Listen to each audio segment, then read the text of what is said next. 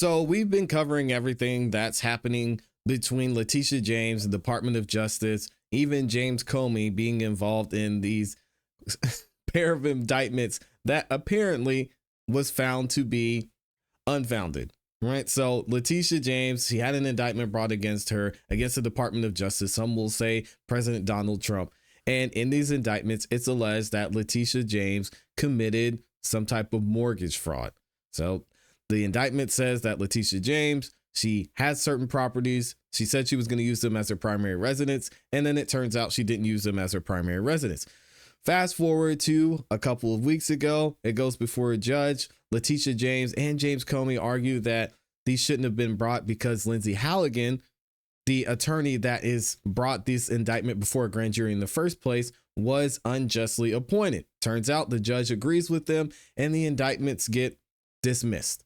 Now, again, they tried to go back and re-bring these charges against Letitia James because the Department of Justice thought there was something there. And they also disagreed with the judge that Lindsay Halligan was not justly appointed. So now we're going to get into an update here with Letitia James. It's looking like she's going to get another win against the Department of Justice and the President Donald Trump. Check this out from Fox. And finally, Maria, there is this. A grand jury declining to indict New York Attorney General Letitia James for a second time. It comes after a federal judge tossed the initial indictment last week. But DOJ sources say there's still more chances to re-indict her. Her attorney says if they continue undeterred by a court ruling and a grand jury's rejection of the charges, it will be a shocking assault on the rule of law and a devastating blow to the integrity of our justice system. James had been indicted for bank fraud related to a home she bought in Virginia. James released a statement, quote, "As I have said from the start, the charges against me are baseless. It is time for this unchecked weaponization of our justice system to stop. I'm grateful to the members of the grand jury and humbled by the support I've received from across the country. I will continue to do my job, standing up for the rule of law and the people of New York." Multiple, of course, charges have been filed against her. Maria. Yeah. Well, I don't think she was following the rule of law when she was trying to take down Donald Trump, Tiana. No, historically speaking, we didn't necessarily incarcerate people for lying on a mortgage application and saying their dad's actually their husband. But, new rules. They went after Donald Trump for stuff that no one was ever actually facing criminal charges for, trumping up payments as 34 felony charges. So, yeah, you reap what you sow. If you don't like lawfare, blame Tish James. Yeah, unfortunately, we don't know what's true, what's not true when you get into political infighting, which is basically what the Democrats started here. And we don't know, where this leads. So we'll keep a watch on that, Cheryl. Thank you. Now, I'll say this about both sides. You got to know how to take a loss, okay? Again, they tried the first time. Judge said no because they rushed this. Lindsay Halligan shouldn't have brought this in the first place. But they are able to rebring this again, even after a second attempt, because as we all saw and the evidence that was pointed out, even by Nate, the lawyer, in the amazing video he did covering this, that there's something there. There's a lot of something there when it comes to Letitia James and her quote unquote alleged mortgage fraud. So now we're going to get into what happened during the situation with the jury looking at the indictment. Grand jury saw the indictment and they said, there's not enough there. We don't see enough, which was surprising to me, especially after all we were able to see just from a basic surface level. We got to hear from a forensic accountant. Let's see what MS Now has to say about this indictment just being tossed by the grand jury, and they didn't find that they could indict Letitia James for this alleged fraud. Here we go. Welcome back. A fresh setback in the Justice Department's effort to bring charges against one of President Trump's political foes, New York Attorney General Letitia James. A federal grand jury now declining to indict her on alleged mortgage fraud allegations. This coming just 2 weeks after the initial cases against James and former FBI Director James Comey were thrown out after a federal judge ruled the prosecutor who brought the charges initially, former Trump lawyer Lindsay Halligan, was unlawfully appointed. But the department may not be backing down just yet. Let's bring in MS Now senior legal reporter Lisa Rubin, and back with us, former U.S. Attorney and MS Now legal analyst Joyce Vance. Lisa, we've all heard the phrase, a prosecutor can indict a ham sandwich. So how rare is this for the DOJ to not secure an indictment? I was surprised. Very rare, Anna. And I will tell you, there are statistics compiled by the federal judiciary. It has an arm called the Bureau of Justice Statistics at the Department of Justice. And basically, the last time that we have data available, it shows that over 100,000 cases are brought before a federal grand jury every year, usually in the realm of like 150,000. And yet, each year between, let's say, 2010 and 2016, we only see a handful of situations in which a case is no true build, which is what happened yesterday with Letitia James. When you have 150,000 plus cases brought before grand juries, and you have, let's say, between 5 and 10 instances in which this happens, that is exceedingly rare, less than 0.000% right? Wow, that's surprising. And again, guys, I've served on the grand jury, so I've sat through hundreds, and I mean this literally, hundreds of indictments right here in Fulton County.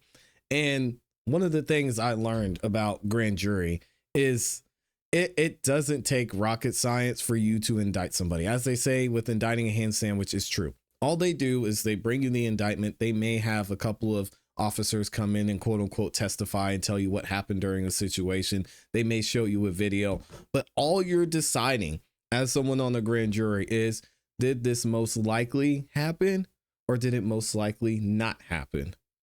And then you're in there, you raise your hands. If the majority say yes, you need a certain amount.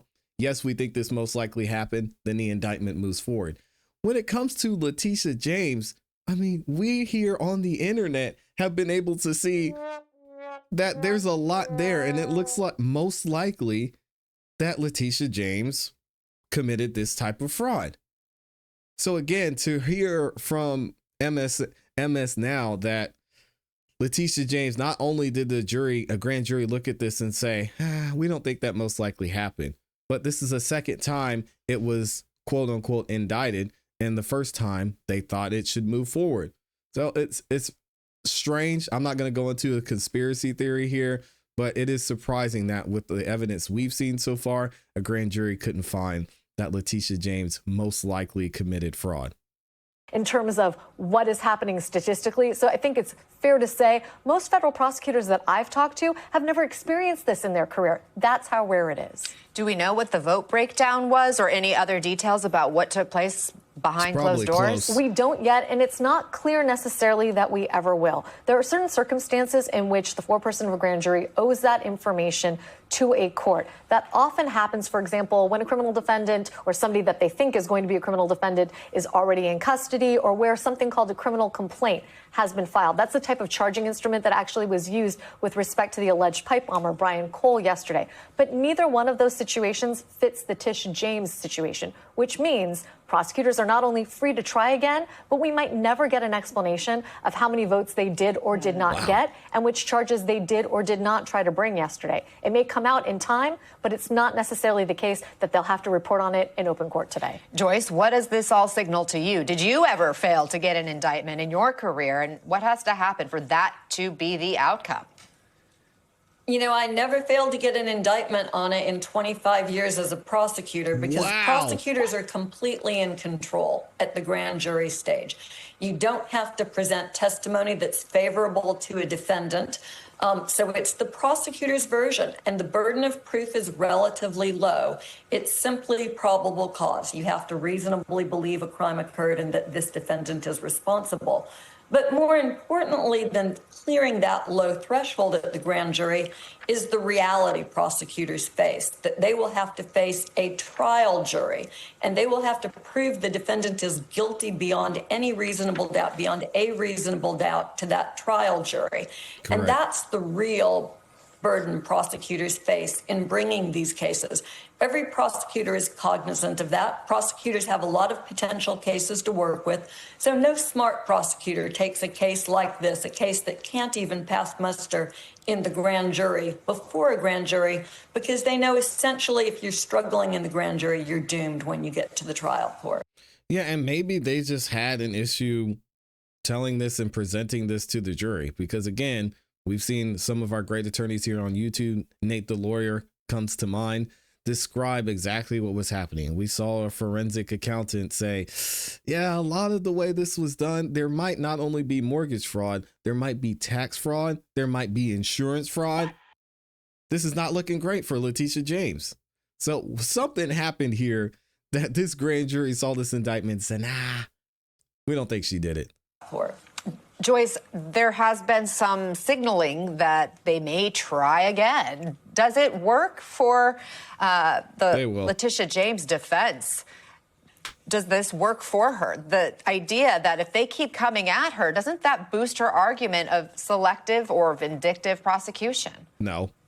Well, look, as Lisa's pointed out, we don't know what went on inside of the grand jury. And sometimes grand jurors have reservations about portions of an indictment.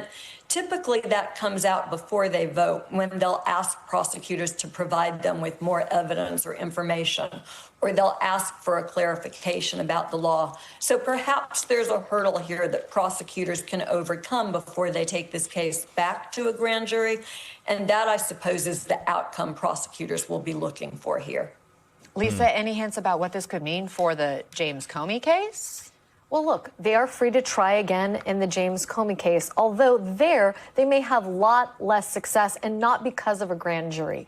When the James Comey case was dismissed, the judge dropped a footnote that essentially said that the Jim Comey indictment was void from the outset because Lindsay Halligan not only was unlawfully appointed as the U.S. attorney, she wasn't even a prosecutor in the Department of Justice's system. That means that because they only had days left before the statute of limitations expires, that means that the statute of limitations could have run without any action by the Department of Justice. And that leaves for another day the question of, even if they get another indictment against Jim Comey, there may be a fight about whether or not prosecutors are entitled to the 6-month grace period that usually accompanies a dismissal for reasons other than a statute of limitations. It may operate differently in Jim Comey's case than it does for Letitia James. The crimes alleged against her have 10-year statutes of limitations. Prosecutors were not remotely